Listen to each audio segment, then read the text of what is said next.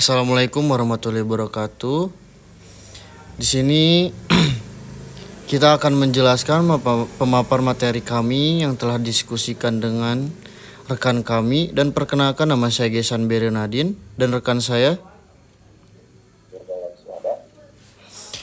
Dan di sini materi kami yang berjudul analisis sumber data dan pengelolaan data untuk pengambilan keputusan.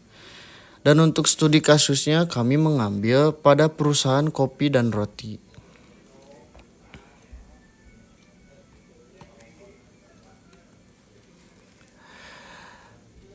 Oke.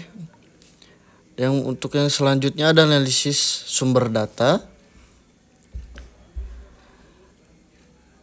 Untuk data transaksi, karakteristik terstruktur berisi informasi tentang transaksi penjualan seperti tanggal, waktu, produk, harga, dan jumlah.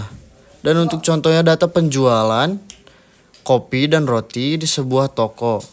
Dan untuk data media sosialnya, karakteristik tidak terstruktur berisi informasi tentang pendapat dan sentimen pelanggan tentang produk atau layanan. Dan untuk contoh komentar pelanggan tentang kopi dan roti di media sosial. Dan selanjutnya perbandingan DBMS dan HEDOP. Dan untuk DBMS-nya, MSQL, PostgreSQL cocok untuk data terstruktur, volume data besar, tetapi terbatas, kecepatan akses tinggi. Dan untuk HEDOP-nya cocok untuk data tidak terstruktur, volume data sangat besar atau disebut big data. Dan untuk selanjutnya kecepatan akses tinggi, tetapi tergantung pada konfigurasi. Dan selanjutnya ada skema data transaksi. Skema data transaksi untuk DBMS, tabel, penjualan, kolom, ID, tanggal, waktu, produk, harga, jumlah. Dan selanjutnya ada skema pemrosesan data media sosial.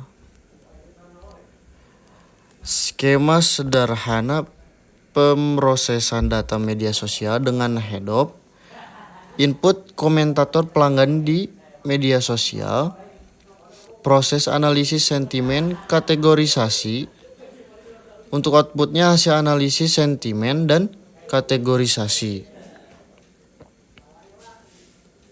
Baik, yang selanjutnya akan dijelaskan oleh saya sendiri. Di sini ada pendekatan terbaik. Pendekatan terbaik menggabungkan hasil dari kedua sumber data untuk mengambil keputusan.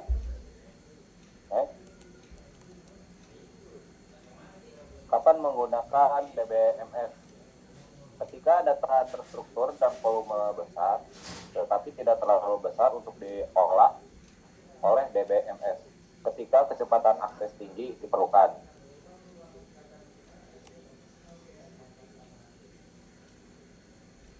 Yang selanjutnya, kapan menggunakan HADOP? Ketika data tidak terstruktur dan volume sangat besar, big data. Ketika analisis data yang kompleks diperlukan.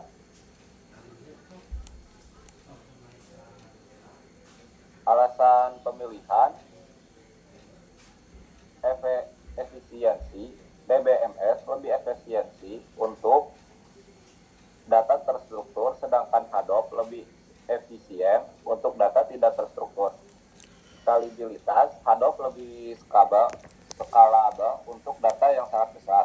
Kebutuhan bisnis DBMS lebih sesuai untuk kebutuhan bisnis yang memerlukan kecepatan akses tinggi dan data terstruktur, sedangkan HADOP lebih sesuai untuk kebutuhan bisnis yang memerlukan analisis data yang kompleks dan data tidak terstruktur.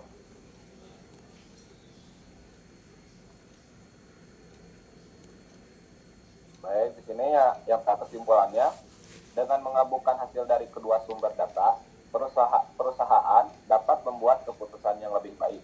DBMS dan HADOP dapat digunakan bersama-sama untuk memenuhi kebutuhan bisnis yang berbeda-beda. Baik, terima kasih. Sekarang yang akan ditutup oleh Beryl.